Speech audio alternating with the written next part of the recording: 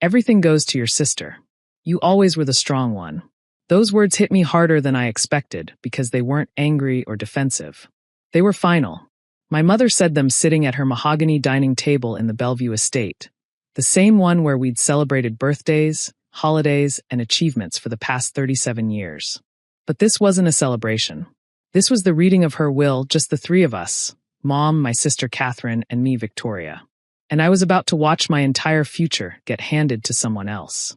What I didn't know was that my mother had just made the biggest mistake of her life. My name is Victoria Ashford, and I've spent the last 15 years being told I was the strong one in my family. Not in a complimentary way. In the way people use when they mean you're the one who doesn't need anything. The one who figures things out alone. The one who's reliable enough that everyone else gets to be fragile, dependent, and yes, favored. My sister Catherine was 5 years younger, perpetually struggling with something. A relationship. Her career.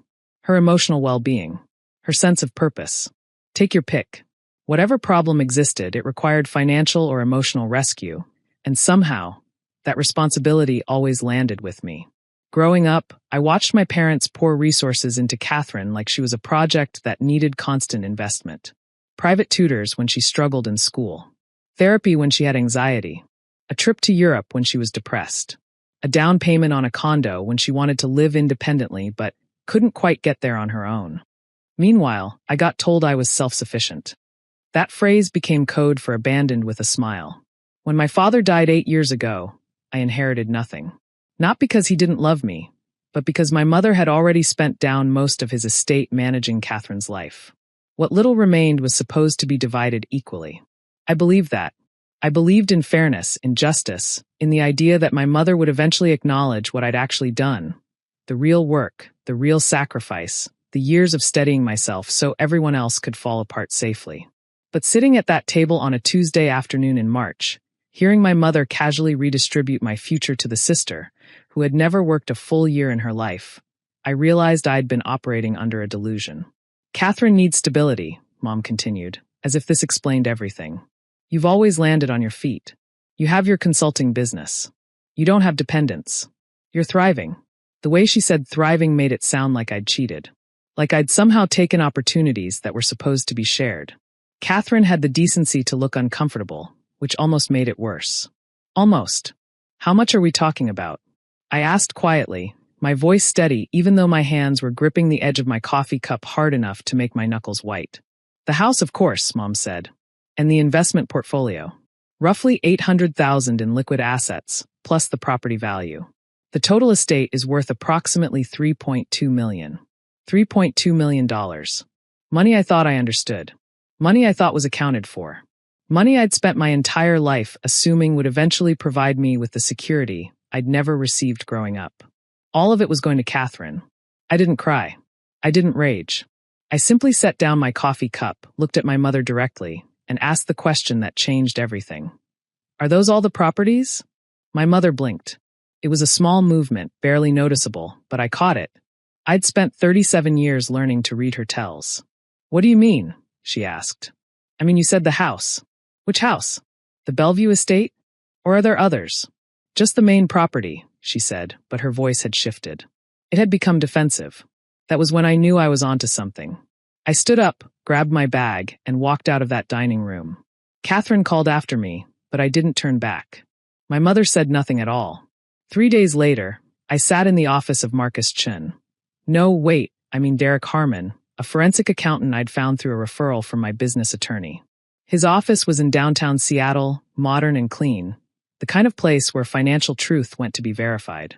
Derek had spent his career uncovering hidden assets, off-books accounts, and money trails that people wanted to stay buried. I laid out everything I knew. My father's death. The promised inheritance. The sudden redistribution. My mother's strange pause when I asked about the properties. I need to know exactly what my mother owns, I told him. Everything. No matter where it's hidden. Derek smiled in a way that suggested he'd heard this before. That's going to take time, he said. And it's going to be thorough. Are you sure you want to go down this road? I thought about my mother's face when she said I was the strong one. I thought about every time I'd been told my capability was a liability. I thought about my sister Catherine sitting at that table, inheriting a life I'd earned. Do it, I said. 6 weeks later, Derek called me into his office again. He had a stack of documents that was thicker than a manuscript, and his expression told me everything I needed to know before he even opened his mouth.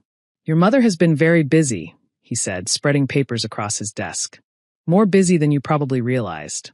According to Derek's investigation, my mother didn't own one house. She owned 4. The Bellevue estate was just the one we all knew about.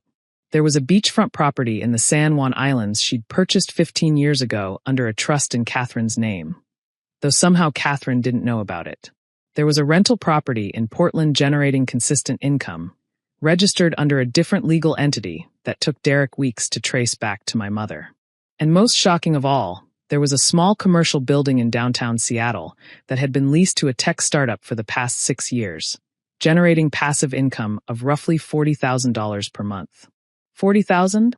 I repeated, not quite believing I'd heard him correctly. Per month, Derek confirmed. Your mother has been very strategic about compartmentalizing her assets.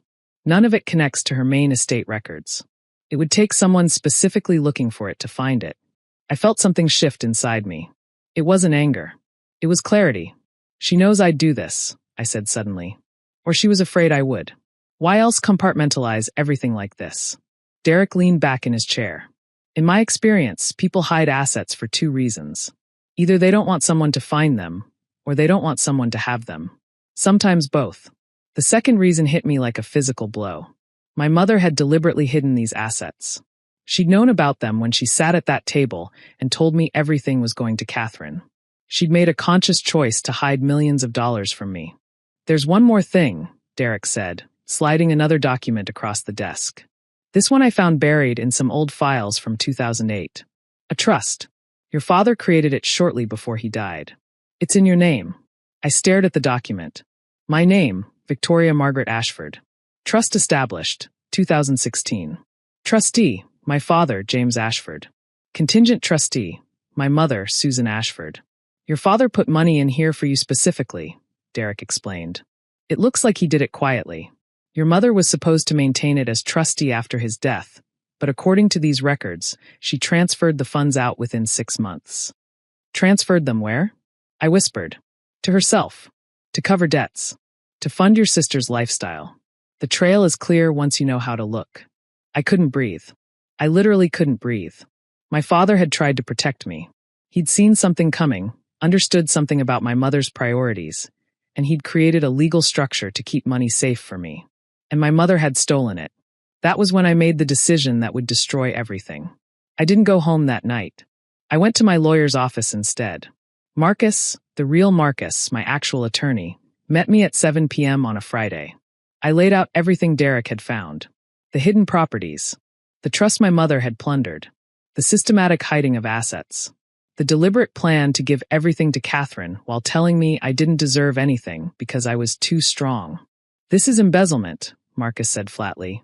"And trust fund misappropriation. These are criminal charges." "I know," I said. "I want to press charges."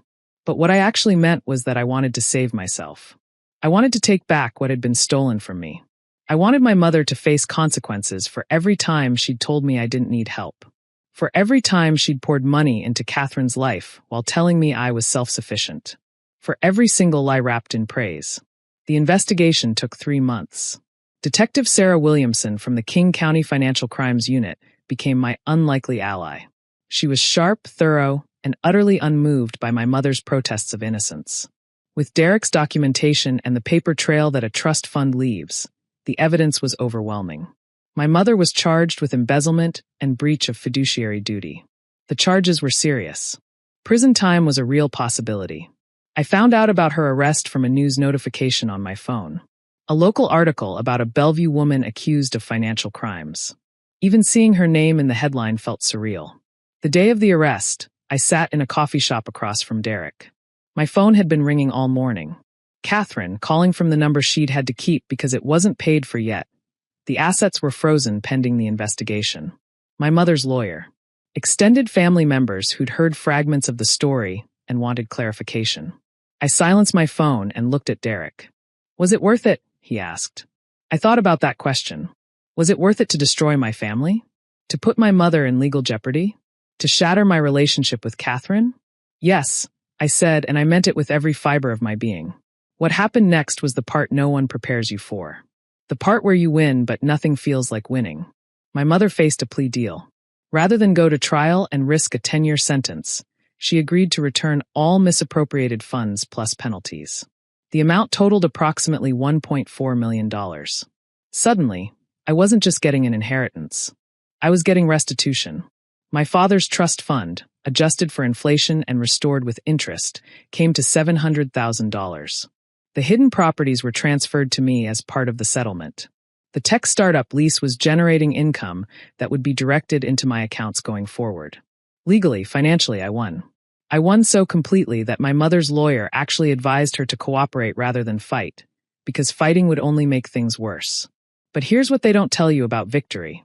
Sometimes it tastes like betrayal. The first time I walked into the San Juan Islands property, the beachfront house my mother had hidden from me for 15 years, I stood on the deck facing the water and felt absolutely nothing. The view was beautiful. The property was valuable. And I was completely alone. My relationship with Catherine became something unrecognizable. She called me once, crying, asking me how I could have done this to our family. I reminded her that I hadn't done anything. Our mother had done this. She'd stolen, hidden, and lied. I'd simply demanded accountability. But she's our mother, Catherine said, as if that explained everything. As if blood relationship was supposed to supersede theft. As if I was supposed to keep suffering in silence so she could keep living comfortably on stolen money. I hung up on her. My mother, dealing with the legal consequences of her crimes, finally reached out to me. Not to apologize. To negotiate. To tell me that the restitution was unfair. That she'd made decisions she thought were best for the family. That I was destroying her with my selfishness. That was when I understood something fundamental. Accountability was never what she'd wanted. She'd wanted me to accept being wronged and never speak about it. She'd wanted me to be the strong one, strong enough to be silent, strong enough to be invisible, strong enough to let myself be robbed by someone who was supposed to protect me. I was done being that kind of strong. 6 months after the arrest, I sat in my lawyer's office finalizing the last of the settlements. The properties were mine. The funds were restored. The case was closed. What will you do now? Marcus asked as I signed the final documents. I looked at the pen in my hand, at the signature I was about to commit to paper.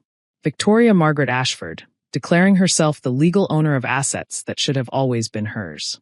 I'm going to live, I said. For the first time in my life, I'm going to live for me. Not for my mother. Not for Catherine. Not because I'm strong enough to handle being abandoned. I'm going to live because I deserve to. The first thing I did was renovate the beachfront property.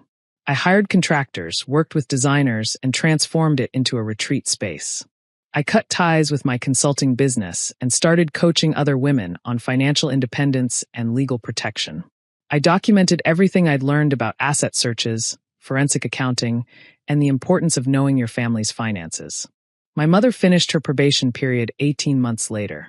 Our relationship, what was left of it, remained distant and formal. Catherine eventually reached out with an apology that felt more like an attempt to regain normalcy than genuine remorse. I accepted it politely and maintained a boundary that made it clear we were no longer the sisters we'd been. Some people asked if I regretted pressing charges. If I wished I'd handled it differently. If maybe I'd been too harsh. I never did. Not once. Because the truth is, every woman reading this has probably heard some version of that line. You're the strong one. You're the reliable one.